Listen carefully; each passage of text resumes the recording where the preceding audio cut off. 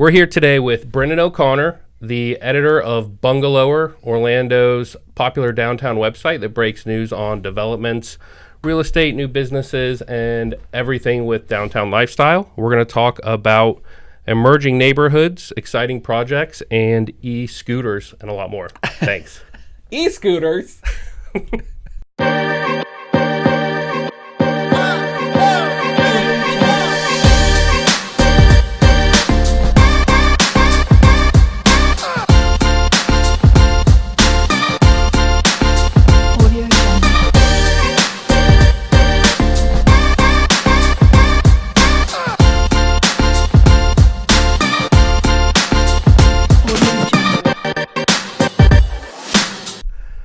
All right, perfect, man. So, Brendan, thank you for stopping by. Thank you for spelling my name correctly. Absolutely. I'll take credit for that. Pretend like you didn't just write that out. I did it myself. Perfect, man. So, tell me a little bit about Bungalower. Tell me a little bit about first, you're Canadian, correct? I am. I'm an immigrant. So yeah. That bugs you. Now's the time to turn it off, right? Immigrants taking our jobs. Yeah, I'm a Canadian. I'm from Northern Ontario, Sault Ste. Marie, Ontario. But really like half an hour north of that. So middle of nowhere. Yeah. We had a dog sled team growing up. Yeah, like super Canadian. Not really a skill that you can use down here, dog sledding. I had a snare line for rabbits. Dang. I used to snare rabbits, and my dad used to trap beaver because he ran a cross-country ski resort, and they used to flood the trails, so we had to trap beaver so they didn't flood the trails. That's crazy, man. Yeah, like I remember once waiting for a school bus, and a pack of wolves ran up the road in front of us because it was plowed, right? They couldn't run in the woods. Yeah. So we're waiting at like 6 a.m. Eyelashes freezing together because it was so cold, waiting for our bus to come around the corner, and this huge pack of like big timber wolves just came like running right down. Yeah. We were like, oh. Well, we do have coyotes in College Park, so it's kind of a similar. It's Y'all a similar couldn't threat. even handle it. It's the same thing. I can imagine College Parker seeing a wolf, you know. It'd be like Game of Thrones all over again. Yeah, people be losing their shit. Yes. I just cussed. There's the first one. We have to put a bleep in now. Breaking out the bleep machine. Yeah. Cool, so man. from Canada, I used to work at Epcot in the Canadian Steakhouse. So that's how you wound up in Orlando. Yes. Never really like a plan to stay here. My mom's American. Yeah. And she met my dad while she was backpacking in university and didn't go back to university. She stayed up there. Wow. Got her green card. And so I took up my American citizenship and stayed. Nice, man. How long have you been a citizen? Like 11 years. Dang. Yeah, like I guess you're always a citizen when you're dual, but you just take out a passport and prove that you're here. Gotcha. Right? So it's a really weird process when you're a dual. I always feel like I'm gonna get kidnapped by ICE and sent back to Canada. Yeah. But apparently it's good because I have a social and everything's fine. I pay my taxes. Allegedly. Yeah, you can prove it. And and then what was the other part of the question about Bungalower? Yeah, so you came down here, you were working at Epcot. And yes. How did you wind up, because that's how I met you, is we were following Bungalower. How did you wind up at Bungalower? And so weird. I was going to school. My boyfriend convinced me to go to school at Rollins, so I did night school for city planning. Nice. Like urban planning with green stuff in there too, environmental science. Yeah. So I did that, got my degree, and I was working for the city of Winter Park. And then I got fired for reporting my boss for stealing. That's your first little tea there. And then I got hired by my friends at Orlando Weekly, and I became their calendar editor. Like no writing experience. And Bungalower was being run by my buddy Matt Brofman, who got a job at the city as their director of innovation. And so, like, whatever that means, God, right? Man, that's one of those jobs you hear about, you know? They just made it up.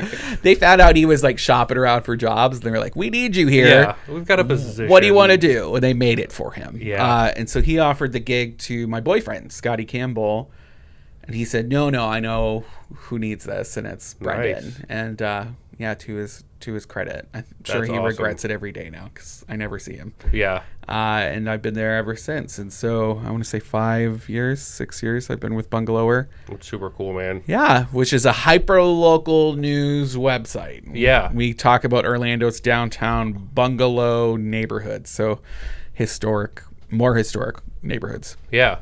So people who haven't been on the site or haven't read it or haven't seen it, I've seen on there everything from you do home of the day, which is big for us.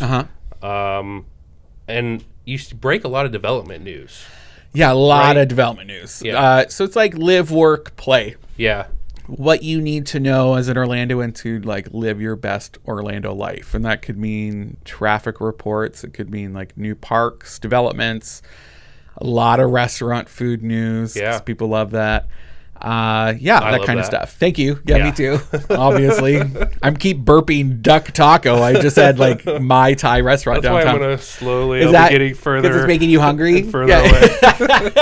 I'm so sorry. Gross. So it's that kind of stuff. Things that you can talk about at the dinner table. We have a dinner table test. If you're not going to talk about it at the dinner table, we're probably not going to write about it. Nice. Plus, it has a very tight geographic area of like OBT to the west and Camping World Stadium, Baldwin Park to the east. I want to say like Washington. No, what is that? Michigan. Washington. Yeah, Michigan on the south. On the south. Like, past Curry Ford and Hourglass. Right. Like, cut off there. Cut off there. And Lucky's Market and all that stuff. Soto. We sucked in Lucky's. Yeah. That's as far south made an as we're gonna exception go. for Lucky's. Yeah, like who wouldn't? Yeah. And then Winter Park to the north. We sucked in Winter Park because we eventually might be launching like a Winter Park bungalower one day. Nice. Yeah. Very cool.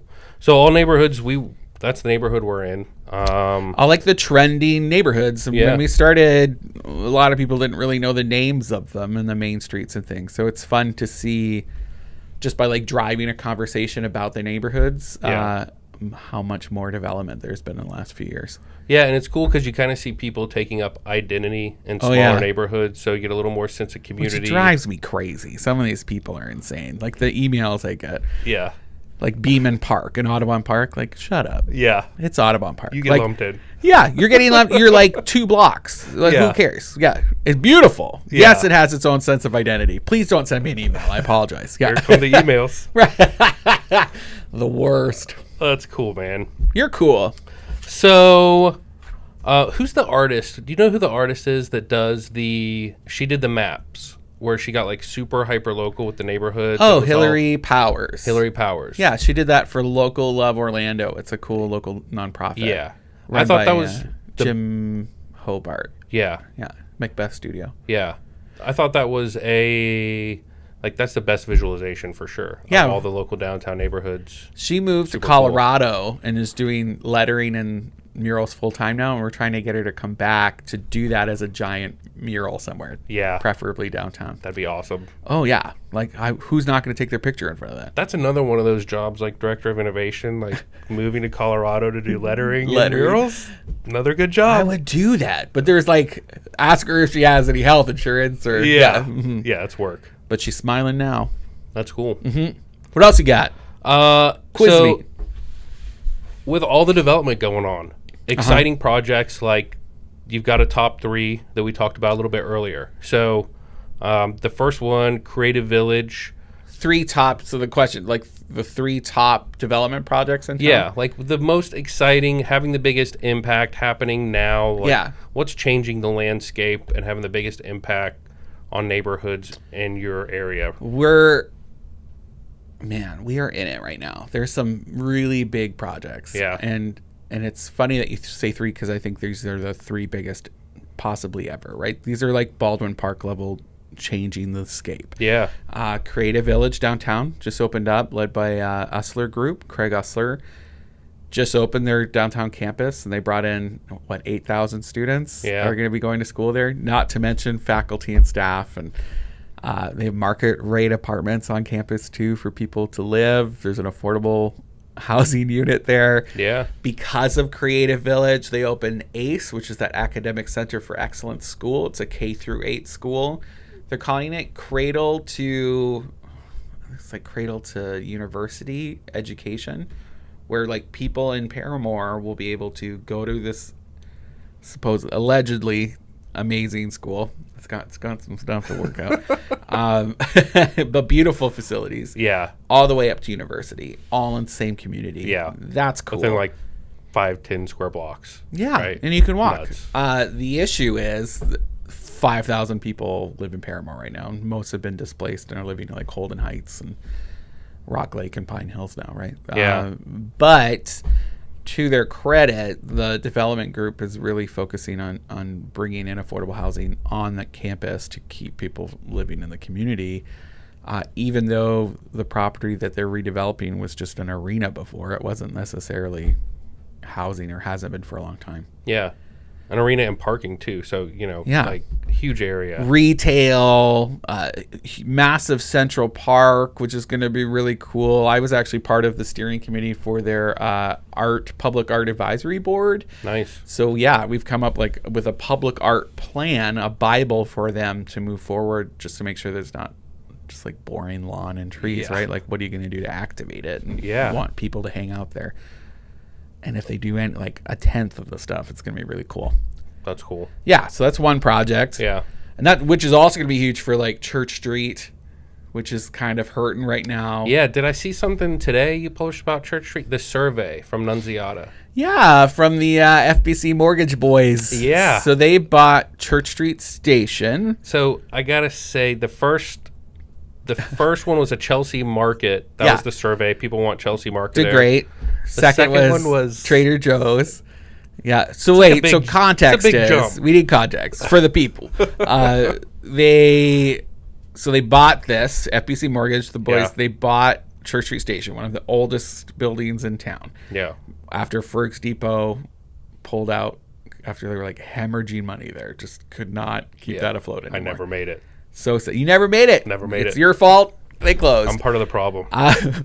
You didn't. It was sad. It was too big for them. Yeah. Just really big. And then that was also at the same time where I-4 Ultimate came and they shut down all the public parking under there, which has really hit those businesses hard. Yeah. Hard. They are just now seeing a light at the end of the tunnel, and that's because of the residential towers that are getting built there by Lincoln Property. And who knows, they're building their own retail in those buildings. I don't know how it's going to affect the businesses that have been there for a while. Yeah. So they bought that space, and they're like, we're just going to sit on this. We want to do this right. Let's put out a survey. And it was makeorlandogreat.com. Right? At least they're not wearing red hats. Yeah. But you can if you want to. It's up to you. And they finally, it's been a year since they launched this survey at makeorlandogreat.com, which you can still participate in. And so they sent me all the data of what that looks like. Yeah. And crazy. Yeah. So the most people wanted, the feedback was huge, that they wanted like a Chelsea Market type use, just like you were saying. Second was Trader Joe's. Third was Chick-fil-A. I saw that. Ridiculous. Can we get like a chicken company that likes gay people, please? And then if you want to see the whole list, you can go to bungalow.com and see it. Yeah. It was an interesting list. For sure. I saw Hillstone in there somewhere. I was Hillstone. Like what? Where did that even come from? Yeah. Dairy Queen. Yeah. Like, shut up. Who was that? Darla. Some Becky out there said Dairy Queen. Like, shut up, Becky. Yeah. Yeah, so that's one thing. And what was the second development we said? Packing district? So, yeah, we said packing district. Which Before is we move huge. on from that area. Okay. So there's also the stuff going on under I-4, right? Yeah, they're calling it the Under Eye. Okay. It's a massive park. So where's the parking going to be for that? Who's the use going to be for that? Who's going to go down there? They're looking at they being the city and the CRA, right? The Community Redevelopment Agency and the Downtown Development Board. Very official. Very official. Very well, there. right? It's a Yes. tax thing. Everybody within the CRA, a portion of their taxes go back into improvements Yeah. in that target area. Gotcha. And so this initiative is meant to bridge the two districts. So downtown CRA, the downtown business district, and the nearby Paramore district. Which, to be honest, if you see now, most people are just calling Paramore downtown. That's what you see, like this top-down conversation. They're just calling it downtown. Yeah. So this is part of that, bridging those two districts to make them interact easier. It's going to be like an entertainment membrane where people can gather and hang out before going to a soccer game or before going to a show at Amway, or even just hanging out at the new upcoming Orlando Magic Entertainment Complex, which is going to be across the street there too. So it'll have like food truck gardens, rock climbing wall. It's going to like anything and everything that's trendy right now, they're going to throw it at it. Which is great because they also timed it with I-4 Ultimate getting raised up. So it's not going to feel as like claustrophobic in that space. Yeah. It's going to be Have cooler. they raised that section yet? Yeah. Okay. Most of it. I think there's one more lane. Like the southbound lane needs to be raised up or something. But, okay. But if you go down there now, you're kind of seeing what it's going to look like. Oh, yeah. Way high. Yeah. I think they should have swings or something under there. Yeah. The idea is just to make it easier for people to go between the two districts. Yeah. Because traditionally, it was like a wall. I actually did my senior thesis back at Rollins College. Was looking at how it was designed to keep people from interacting. So Division Street literally meant to divide the two communities between black and white. Yeah. It's crazy. The railroad track also, like you were literally on the wrong side of the tracks when you were in Paramore versus on the east over in white downtown. And then reinforced, it wasn't an accident that they followed the train tracks with I-4, which was literally a wall that kept you from interacting except for certain junctions, and one of those junctions was the parking lot where people you can't walk across the interstate. Yeah. You have to walk under it. There's only certain spots you can do that. And so they recognize that now. It's a geographic feature of the area. Yeah. You're bottlenecked to certain areas, and people are walking through under there, and especially with these new entertainment uses, they are just trying to make it nicer. That's awesome. Yeah. Really cool. Okay, so we got downtown, and then second we talked about Hourglass. Yes. So also, where is Hourglass? Hourglass District is Bumby and Curry Ford. And this is funny because this is also a contentious one. So it's spearheaded by Giovanni Fernandez from his real estate company. National Real Estate? Yes. Yeah. Sorry. If he's watching it, I forgot. So feel so bad. Him and his wife, who are just Elise. They're wonderful. They own the building where Stasio's is, I think. Yes. Right? They did the deli there. Yeah. Robinson. And so they're about like community uses in historic buildings. Yeah. Like we see a cool building, let's restore it, Yeah. activate it with local businesses and see where it goes. They did a killer job at that corner. That corner is fantastic. Yeah. That's like a flagship for where Milk District is going. Yeah. Because it also didn't throw anyone out, and it's kind of like he knew parking was a big issue in that district, and so he wants people to be parking and then walking and seeing other businesses too. Yeah. Like that. How cool is that? I've drunk the Giovanni Kool-Aid. And he's super handsome, which helps. And so he's doing the Hourglass District. He bought, I don't know, 7 retail buildings. That number's not right, but a whole bunch, like a cluster of buildings around that intersection. One an old beat-up car wash. Car wash, which is going to be like a food truck outdoor plaza area. Cool. He put Hourglass Brewing into an old church. Really cool use for that space. Just slammed and busy and doing all well. the time. Yeah. The guy that did armature works in Tampa, he grew up with Giovanni, and so he's going to do a really neat restaurant in this old hardware shop that's right there at that corner. Nice. The gas station's operating until they run out of gas. So they're kind of doing like discount gas until it's gone. This isn't the mobile station. Yeah, we're right by the Foxtail. Yeah, they're closing that. Yeah, eventually once they run out of gas, because they were told he couldn't do anything with it until he sells all the gas. There's plans for townhomes across the street, and so that's interesting because nobody was looking that way, and that whole corridor, which now is a Main Street district called Corey Ford West. That's going to get me in trouble. One of the last affordable housing markets for like a good, cool home. Yeah. In Orlando, and that's rapidly changing since Hourglass District went in, because now they have cool uses. You could buy a home there, but you'd be driving all the way to Milk District or downtown to do anything. Yeah. Right? So it was like a bedroom community. Don't forget to give La Fiesta a shout out. They were there. They were old school there. Yes. But outside of La Fiesta. Roque Pub up the street. That's true. Pizza Bruno, so there's cool spots there, and it's becoming a cluster. Yeah. Or a node. That's what city planners call it, right? And so as you need a main street, you need a hub in these neighborhoods where people can gather and grow as a community. And so he saw that needed to happen, and so he's bringing it in, and he's doing that. And now the district as a whole and the neighborhood around it can finally move to the next step, right? And get a little bit denser and grow up. Yeah. Because before that, it was a suburb, which was like not doing anything. It was an old suburb sitting there. Yeah. And now that they have a spot to go to, it can grow up. And you're seeing that a lot, those missing pieces. If you're looking for like what neighborhood's going to hit up next, it's one that hasn't activated a node like that. Yeah. And so on a bigger scale,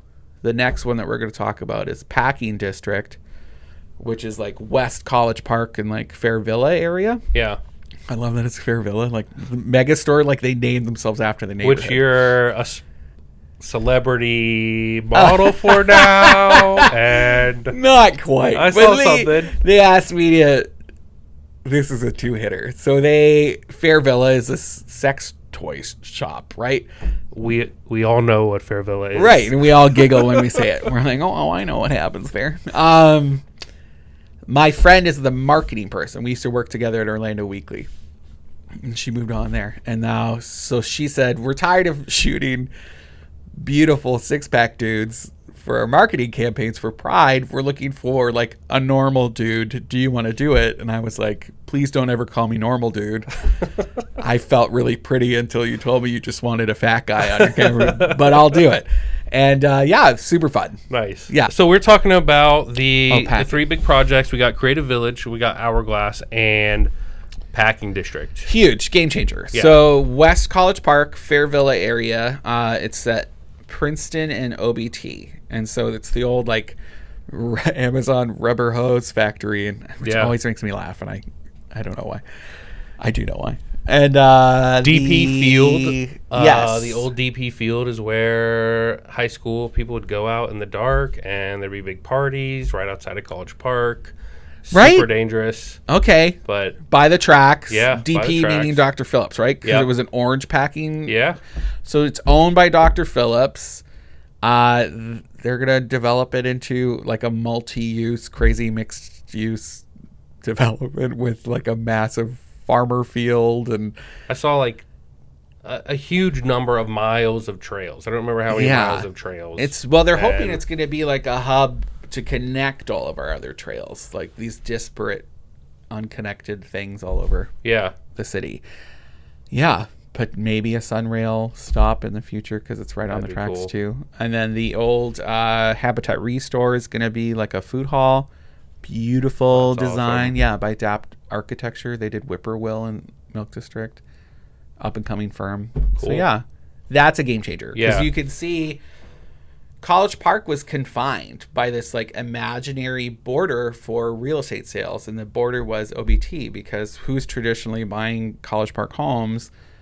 It's like white kids from Winter Park, basically, right? Because they wanted to be close. That's a generalization, but I'll stick by it. Not untrue. Not untrue, right? Yeah. It's almost Winter Park, right? I always called it like Winter Park Light.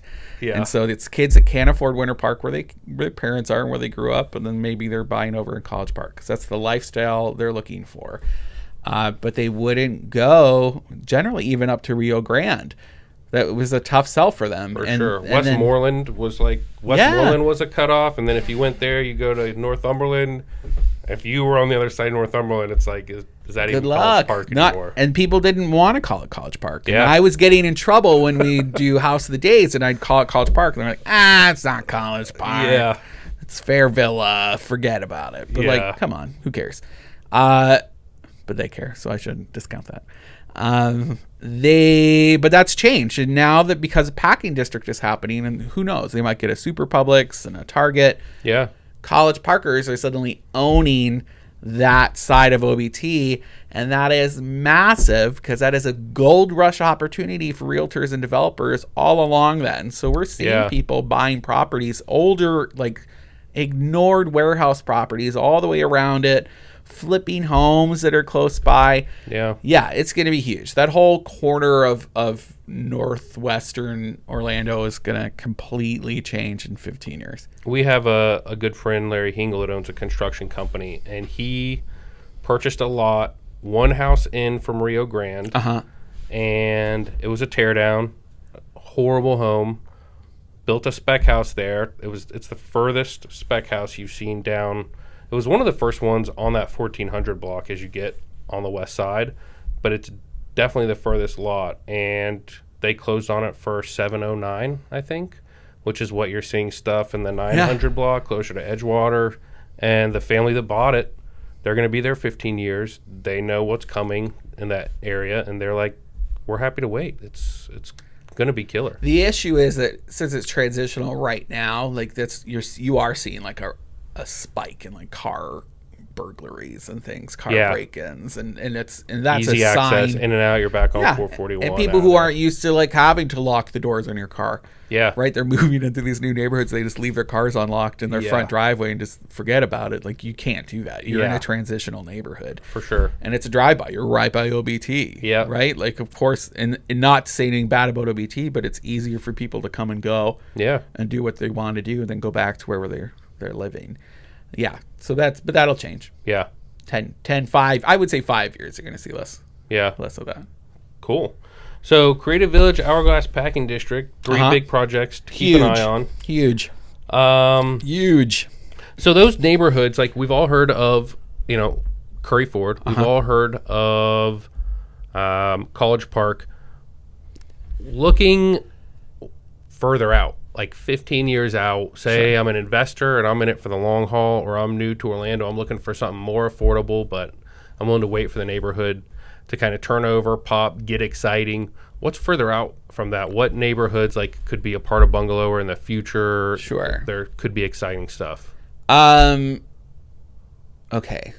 I wasn't prepared for that. But I think so, like, we get asked all the time to write about Maitland. So there's a whole neighborhood. We don't, just because it's not a traditional older neighborhood. There are parts of it, yes, like behind Enzian Theater. Which are really interesting. But I think for things that and behind Ravodage, that I don't know what that is. It's a really weird like fountain development at Lee Road and in 1792. There's an ale house there, and there's a lake, a big beautiful lake. Around that is a really cool Monroe Street. Residential. I don't know the name, but okay, sounds good. I think that's a really cool pocket neighborhood that's going to hit it big soon, just because there's so many big things happening around it. But I would keep your eyes on Catalina, which is on the southern part of Clear Lake. Just because access point, it's easy, but it's like a really modern, really interesting neighborhood that's isolated from some of like the weirdness that's happening around it. And by weirdness, I mean like amusement park ghettos, right? Like affordable housing for people who are slaving away at the amusement parks.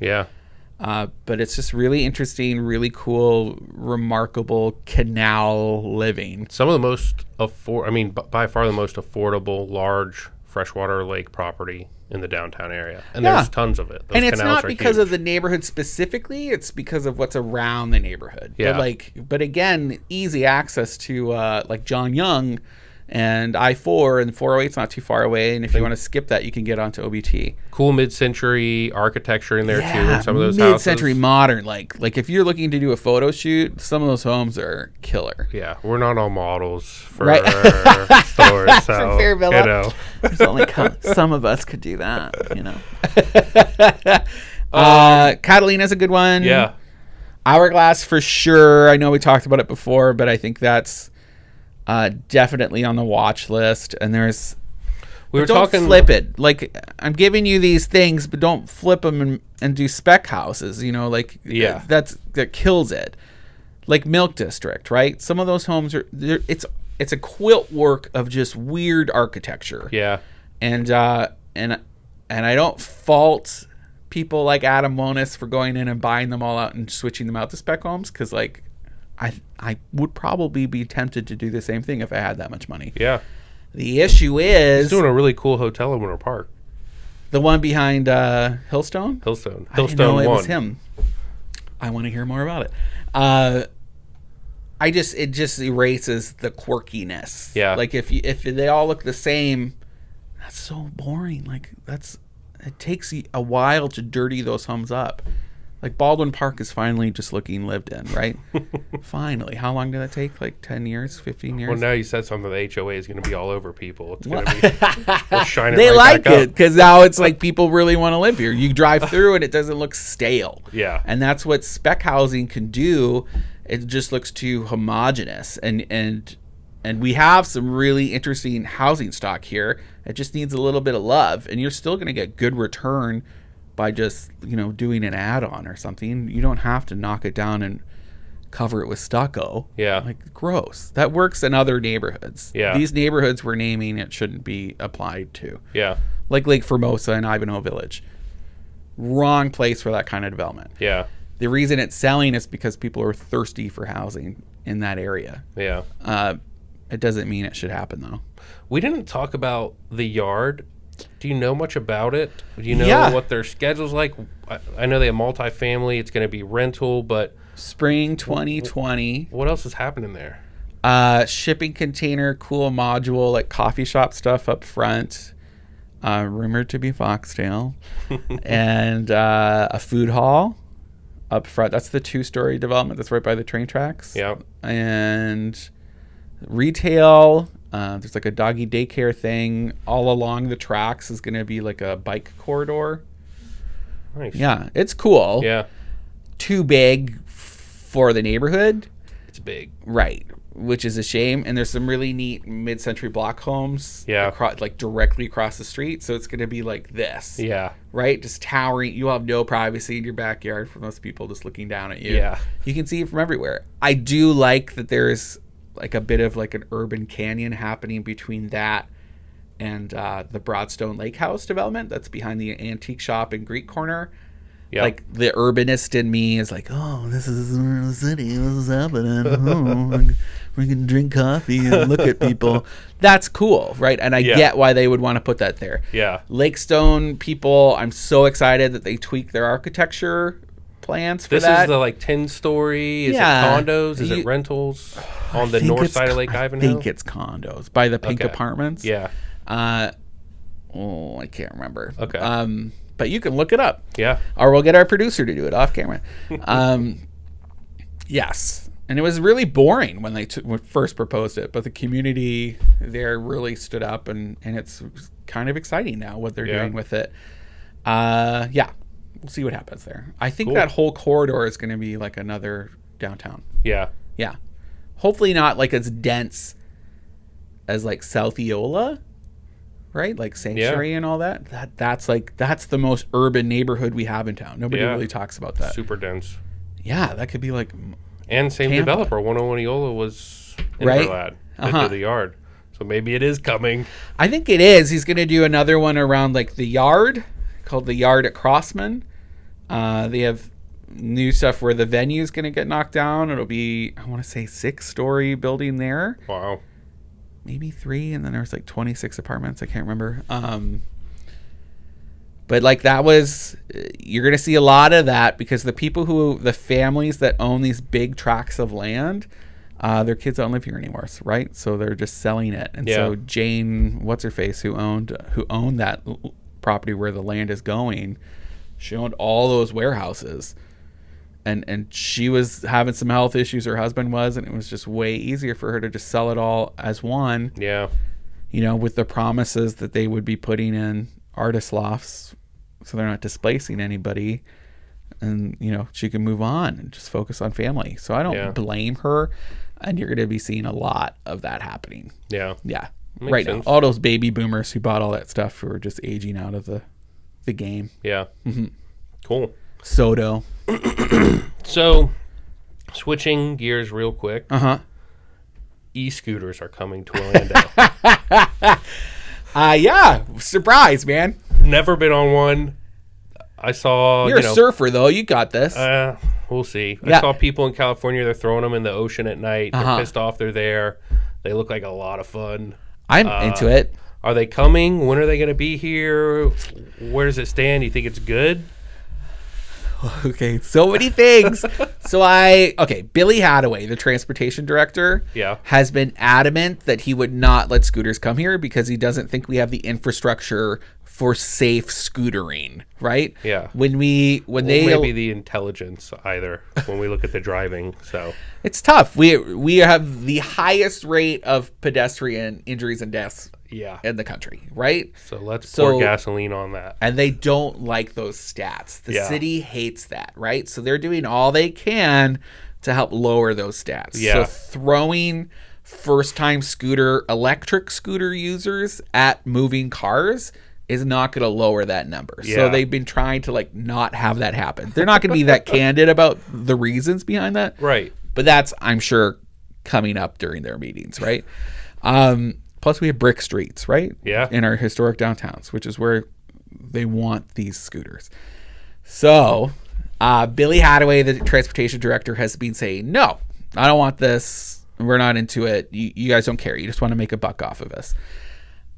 Something has happened where he is now considering it, and there's a draft ordinance that the city's looking at in October with the idea that they will probably pass it in November to allow electric scooters here.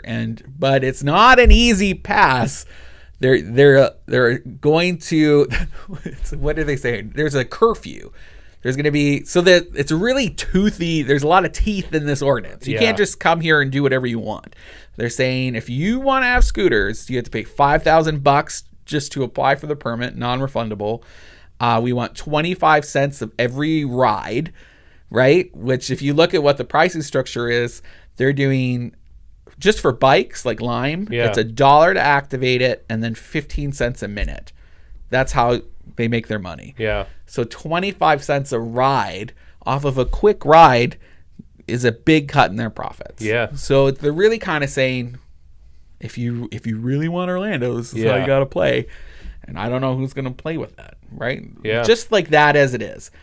Then there's this curfew for downtown for along Orange Avenue. 6 o'clock p.m. on Fridays and Saturdays, rideshare operators have to remove their scooters from Orange Avenue. Put your toys away or else, right? Yeah. You can't play. I don't know who's going to want to do that. That's also going to limit how many scooters they're going to want to put in play in our downtown, which the city is also capping at 200. You could only have 200 scooters.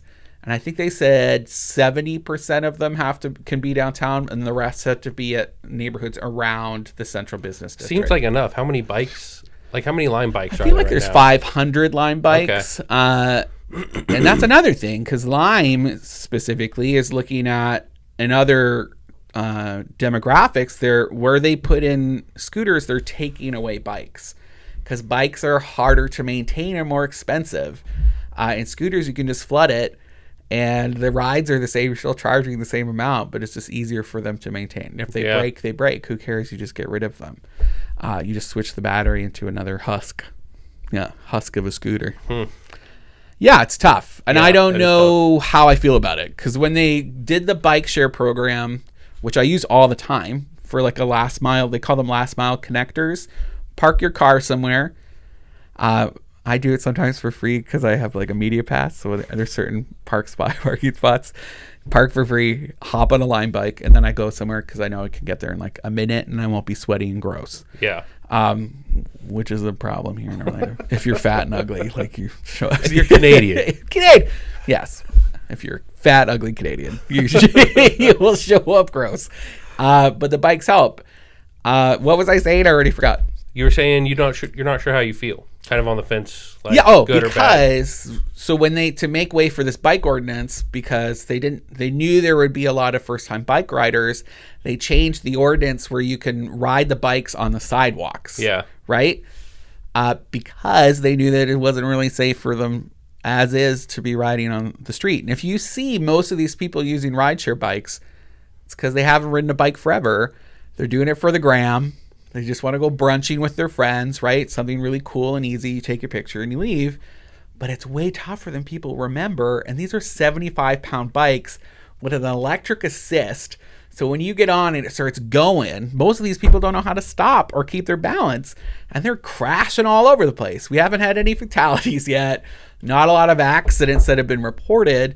But man, when you see these kids leaving from like Stubborn Mule or something after they've been mimosa eating all morning, like they're fucked up. Yeah. Yeah.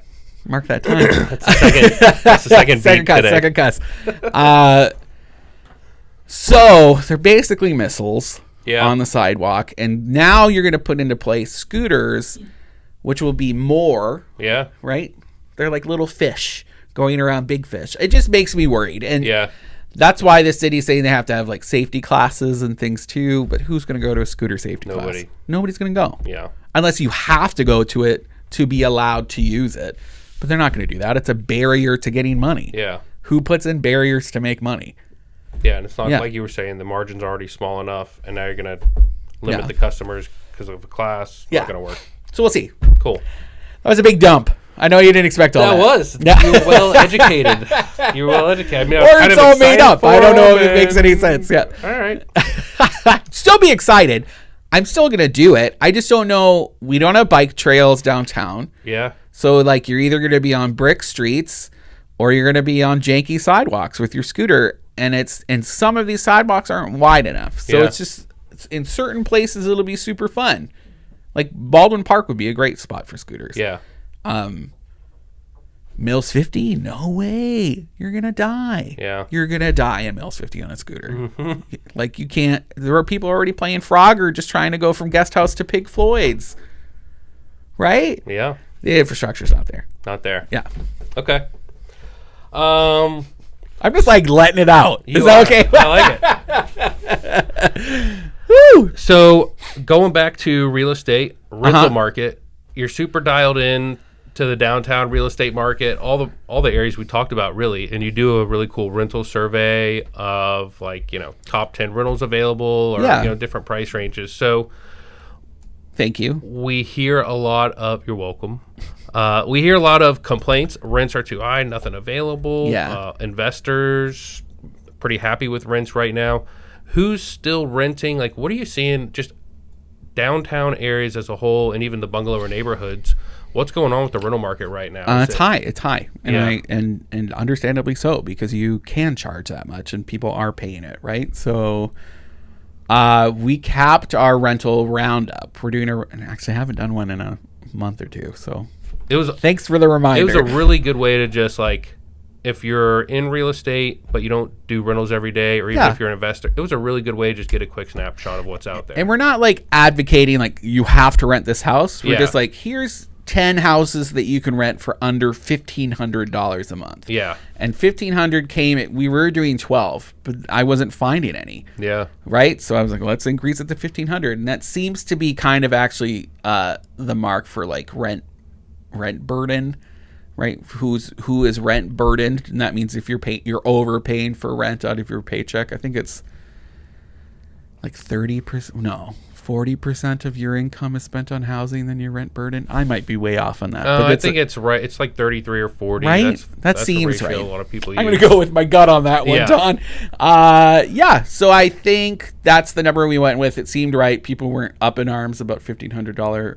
I still think that's kind of expensive for what we're seeing. Yeah. I'm trying not to do apartments and really houses with a footprint. Yeah. Right? So you get a yard. Yeah. I'm lucky. I've been in the same house for like 8 years, and I pay $1,000 a month in Mills 50. Wow. With the yard water included. Like, that's killer. I know. And it's hell because I'm right behind a bar. But like, I will never find a house for that cheap downtown. It's just not going to happen. And that's my boyfriend's always like, let's go, either buy a house or find another rental. I'm like, dude, look where we are. I gotta call Scotty. I'm gonna Right? remember to give. To buy a house, it'd have to be like rent to own. There's no way that we. I'm a blogger. Or if there's a grant, is there a housing grant out there? Can I win one? Yeah. Did that answer your question? Yeah, for sure. Yeah. So 1,500 and above, there's availability, and you're trying to get in somewhere below 1,500. Oh, Just let me make Modera. this. What's Modera charging? $2,300 for a flat, That's the one at Central in Roslyn. right by Lake Eola. Beautiful. Like, Yeah. it is posh as hell. And that, like, I would probably pay it just to hang out in the rooftop pool with all the pretty people, right? Yeah, And people are paying it. yeah, They're paying $2,300 a buck. Like, what is for like a two room? yeah, Who pays that? Who pays that? yeah. And the answer is a lot of building people. full of people, right? Yeah. And so as long as people are paying that for a flat, good luck keeping rentals down. Yeah. For houses. Yeah. Yeah. So everybody should buy a house. There's the endorsement. Perfect. Well, yes, you have a lot of people here like short time. Yeah. Who just and they don't know where they're going yet. Yeah, And we get that a lot. 100%. People are asking us all the time, like, hey, we just moved here. People told us to watch Bungalower for what's happening and where to go eat dinner. Yeah. You know, but we're also learning like what neighborhoods should I be living in. So Yeah. people ask us, what neighborhood should I live in? Where is there an affordable house right now? Yeah. I'm looking for a place to rent until I feel it out. Yeah, we get those questions all the time. Are you seeing a trend where, like, particularly this industry, we're seeing a lot of people in this industry move here or from this state or city? Like, do you have eyes on that? Hospitality is huge, man. Yeah. Yeah, and they're all rentals. Yeah. Tech is big right now too, and they're more interested in paying for more inconvenient spaces downtown. Yeah. You know, Sky House and it's like young fratty university kids, like at 55 West. Yeah. And yeah. But industry wise, yeah, I'd say entertainment, food, and tech. The big ones. That's who we're hearing from most. Cool. Yeah, health Yeah. people too. That's big in College Park, Ivanhoe Village, because they Yeah. want to live close to home. And Soto, down south. the Yeah, Lake Park. Soto. Yeah, Orlando Health. Cool. Yeah, but that's tougher. I thought Novel Lucerne would pick up more than it has. Yeah. I really like the units. I really like the amenities. Is that the apartment that has Earth Fair on the ground floor? Yeah. Earth Fair is a super cool store. It's expensive, but it's empty. Yeah. And they have great selection. but it's empty. It's totally empty. And I think it's because it's an island, yeah. right? It looks great. Like, kudos to the designer for doing the brick facade. Like, Yeah. shut up. That was so good. When I awesome. saw it, I was like, this feels permanent. Great. No stucco seen anywhere, right? Yeah. Heck yes. I love it. But when you look at what's around it, it's like weird health offices. Yep. The 408, Some and then there's like this warehouse. weird strip. So it's a little bit disjointed to support the grocery store, I think. Yeah. Hopefully it does well. Yeah. Yeah. It's so pretty inside though. Cool. So Lucerne all around that takes up a big piece of the property too. yeah. Yeah. And you've got 408 there. We were talking about barriers before, like Yeah. the Grand. There's a lot of residents. There's a lot of people that live not too far away, but We get these they're not mental barriers that are reinforced by things like the interstate. And you don't want to go by. And like Yeah. it's hard for me. Even I write about Soto, but I don't go down there as much yeah. because I feel like I'm trespassing into like no man's land Yeah. full of mutants or something. Like what? Like why? Just go. Just go to Soto. There's cool things there. Just for Luckies. Just for Luckies, I would go. Yeah. Swirlery Wine Bar. I don't know. Rock Pit Brewing. Like they've got some cool stuff down there. Yeah. Yeah. Cool. So, House of the Days. Uh-huh. They're great. Best way to sell a house. You do different properties. Sometimes they're sponsored. Sometimes they're not. Right. Can just somebody who owns a house downtown, they're selling like for sale by owner, can they do it, or is it just for real estate agents? Anyone can do it. And we've done them a lot for sell it yourselfers. Yeah. We charge $250. That gets you a custom story based on your existing listing. Do you help write it? Yeah, I'll generally just go and see what you've already written and rewrite it. Yeah. Legibly, some of them are pretty bad, right? Yeah. I'll be honest, but at least I know like the flow. Yeah. Of what you're trying to say. So I'll rewrite it. Everything has to be written in-house by us. So it's in our voice because people just respond better. Yeah, for sure. No fuss. We don't like to make it like flowery or declarative because then people don't trust it. Just the facts. Yeah. So we write it for you, send it back. If you approve the draft, we schedule it for the next available slot between like Monday and Thursday. So they're just the best performing days. And then we boost it to Facebook, and boost just means you throw more money at it so more people see it. Yeah. And then we share it in our top 10 things e-newsletter that goes out the following Monday. So it's like a buy one get 3 free. Yeah. And for $250. Yeah. So like super affordable. And we get like just on Facebook we probably get like 10,000 eyes on it, and then can't even remember on the website. Yeah. It does pretty well. Cool. If I like you and it's a cute house, I might put it on our Instagram and get that much more eyes. Yeah. We've done it before. It's a super cool tool. Thank you. That rhymes, so it's true. Yeah. And then you mentioned, so tell me about Home of the Week. Oh, What's yeah. that? So we have House of the Day. So every day it's something different. We limit it to one real estate listing per day. We prefer them to be downtown because they perform better, but it doesn't have to be. We've done them for Maitland or whoever's outside. There's Maitland again, creeping coverage in. Area. They keep trying. Trying to make Maitland a thing. But we have House of the Week, which we launched with Orlando Magazine.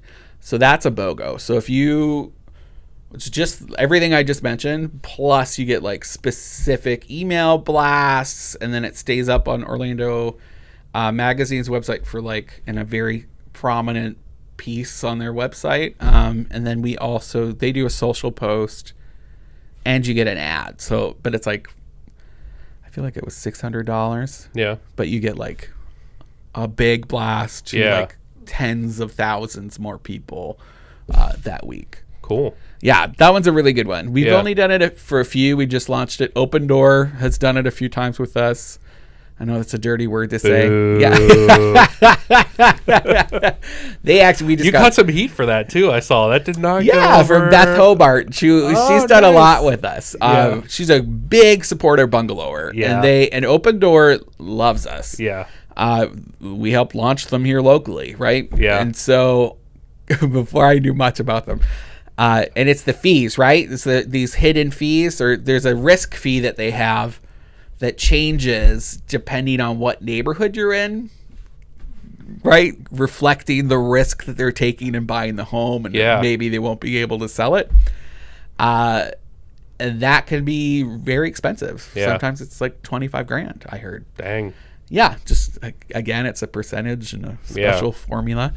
But if you're a dude that like doesn't care about that change in price, and you just want the convenience of being able to sell or trade your home for something of equal value in another city, like I get it. You're paying for convenience, and if you don't care about an extra $30,000 in your pocket, then call us over here. Then call me. Yeah.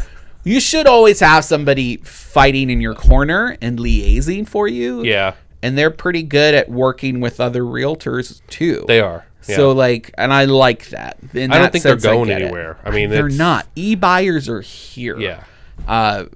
And I'm sorry we're talking about it. We didn't mean to. No. I mean, they service a very specific need, and I think small local companies are now building investor pools and building those cash funds so that they can come in and say, listen, if you need to dump a house really quick, or if you don't want the hassle, then partner with somebody locally here who's an investor, has cash experience, and that's a person, instead of with a national website or a corporation.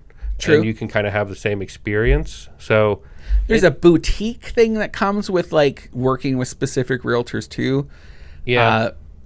Which is smart for people to be leaning into as like this. It's changing. This is always changing. And you shouldn't be working with realtors that just pretend that Open Door doesn't exist. Yes. That doesn't make any sense. Here. Right. Yeah, they're here. we're here too. If your Yeah. realtor doesn't know who Bungalower is and they've never done a house of the day, like, tell them to Fire that damn realtor. do your homework, man. Like, yeah, you can't just list someone's home on an MLS and just call it a day. Yeah. That's ridiculous. So we talked about all House hot of the air. Day. House of the day, And- house of the week. House of the Day, House of the Week.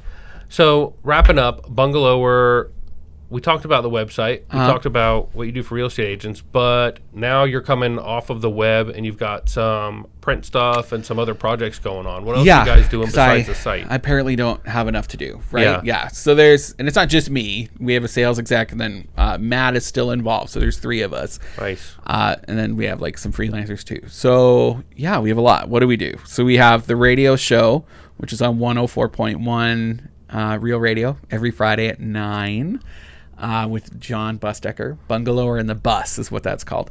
And we actually host bingo now at Wally's Pub every Monday night. Nice. Again, because I didn't have enough to do. And you said Bungalower in the Bus, you're on like episode... Like 140, I think, Huge. right now. Yeah. awesome. When they offered us that slot on Real Radio, I was like, I don't know what this is. I thought it was like WPRK, like Rollins Radio. Yeah. And we showed up, and I was like, oh, this is iHeartRadio. You guys have big stations. It's legit. What is this? But I've never done radio. Like, this is my life. My life is like a series of people saying, hey, do you want to do this? And I'm like, sure. Yeah. I'm going to end up pregnant in a ditch or something. That was awful. Edit that out. Radio show. Thursday, I'm also on Jim Colbert's show. And he's awesome. Yeah. Every Monday, I'm on Fox News for Good Day Extra, and I do like a that. Bungalower segment, just talking about like the top headlines. And then we have a print product that comes out every month. Is that design? Yeah, and it's pronounced zine. Zine. But that's how I know you read our stuff, right? I read it. Yeah. Everybody pronounces it the way that it's spelt. Yeah. Which is actually, it's like a short form for magazine. And it's from the 70s. People used to know, right? I should just say that every time you Now we'll edit that out. So it's zine? Zine. Maybe we'll just start spelling it zine, right?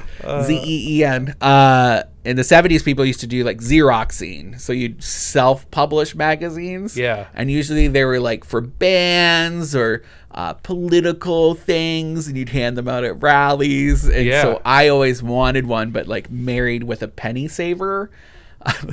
like those little advertisements you see between the ketchups and mustards. Yeah. And at diners. And so I kind of just did this on my own because I use Bungalower as like a platform Yeah.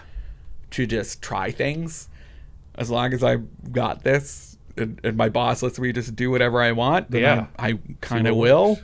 Yeah, see what works. And so the zine, I think we're almost at 30 issues. Nice. Yeah, so one a month has been great. We just released a huge issue called the Downtown Orlando Survival Guide to tie in with the opening of Creative Village and the downtown campuses. That's cool. Yeah, that I'm really proud of.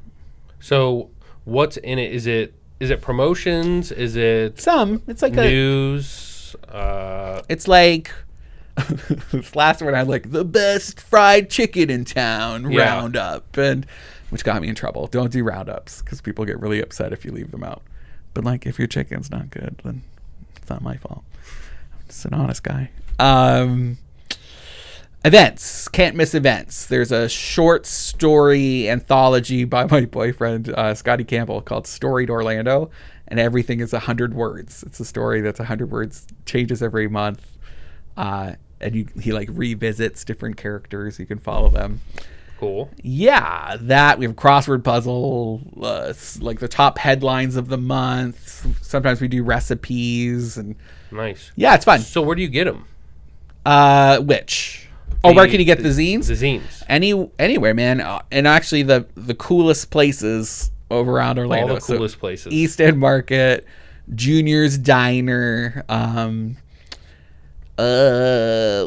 Swirlery Wine Bar has got them. What's the I don't know. All the places, man. All the places. All the cool places. Check out bungalower.com for where to get the zine. We try to like rank them, and I'll put them on our social too, at Orlando Bungalower on our Instagram account. Cool. Which is an award-winning Instagram account. Very nice. Says Orlando Weekly. Do you run the Instagram? Yeah, and now I'm doing it with our sales exec too. She does some promo stuff with it. Because that's like that could be a full-time job too. That's awesome. It kind of feels like it. Yeah. Like I just had lunch. I'm never gonna get skinny again, right? Because people always invite us out to try their food, and so I wanted one thing, and I went to My Thai, this new Thai place on Pine Street downtown in the old Artisans Table space. Yep. They invited me. I was like, I'll go have like a pad Thai. Bring the rest home, because my doctor recently told me I don't have to eat everything on my plate, and it felt like an Oprah moment of like, sounds like a lie. I didn't understand. I was like, what do you mean I don't have to eat everything? And when I left, I have like a bag. It's in the car right now. There's like 6 containers. They just keep throwing food at you because they want us to put the photos of their food on the Instagram. And that's so like, it should be, I need to get someone else to run our Instagram account for my heart. Yeah. Because I can't just keep eating all this food, man. Well, dude, it's crazy. I will run your Instagram the next Instagram time. Account? Oh, right. Send me out with the phone. I do that all the time. I send people to like Disney Springs. They want to. There's a restaurant opening. I'm like, you're not in my coverage area. Yeah. I'm too lazy to drive that far. But like, someone just did us a favor. We'll send them and they can snap some pictures for us. So all the time, Don. If you want to go check out a restaurant opening for me. Perfect. Don't tell your producer; she'll get mad. I won't tell. Cool, man. Yeah. So last thing used to be the membership that you had. It used to be called Bungalower Bundle. Bungalower Bundle. Mm-hmm. So you don't do the bundle anymore, but you have it's called Bungalower Buddies. Bungalower Buddies. Yeah. So what is kind of Bungalower a nod Buddies? To the mayor too, right, buddy? I thought that was funny. Nice. Who's up for re-election, right? He is. See if he gets it. Man. This could be the year. Patty Sheehan too. Like this little environmentalist guy is running against her, and everyone's like, hell. Yeah. The people who are going to vote, like 18% of Orlando, they know who these people are. Yeah. Yeah. Anyway, we won't get political. That doesn't pass the dinner table test. What was the question? So Bungalower Buddies. What is Buddies. it? How do you sign up? Sure. So, this is a longer answer.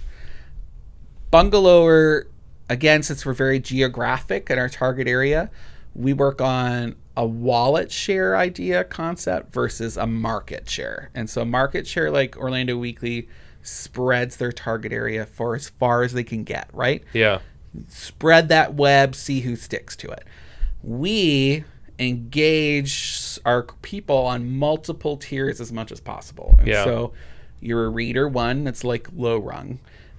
Social, you come to our events, that's another one because you're starting to spend money with us. But then we also have a membership program where you love us so much, you want to throw money at us, and you want to engage with us as much as possible. And to do that, we give them rewards. And so when the bundle launched years ago, you'd get an envelope actually mailed to your house with physical vouchers and coupons. You guys were buddies. Yeah. Our bundle subscribers. Bundle subscribers. So we have since shifted that, and now it's an e-bundle, and you get it in your email once a month with even more stuff. But it's more like experience-based. So like really cool early access to really cool installations, or discount BOGO tickets to street parties that are happening. And so we really try to curate the activations, who we're participating with, but it's free for those businesses or organizations that we're partnering with. It's like a free way for us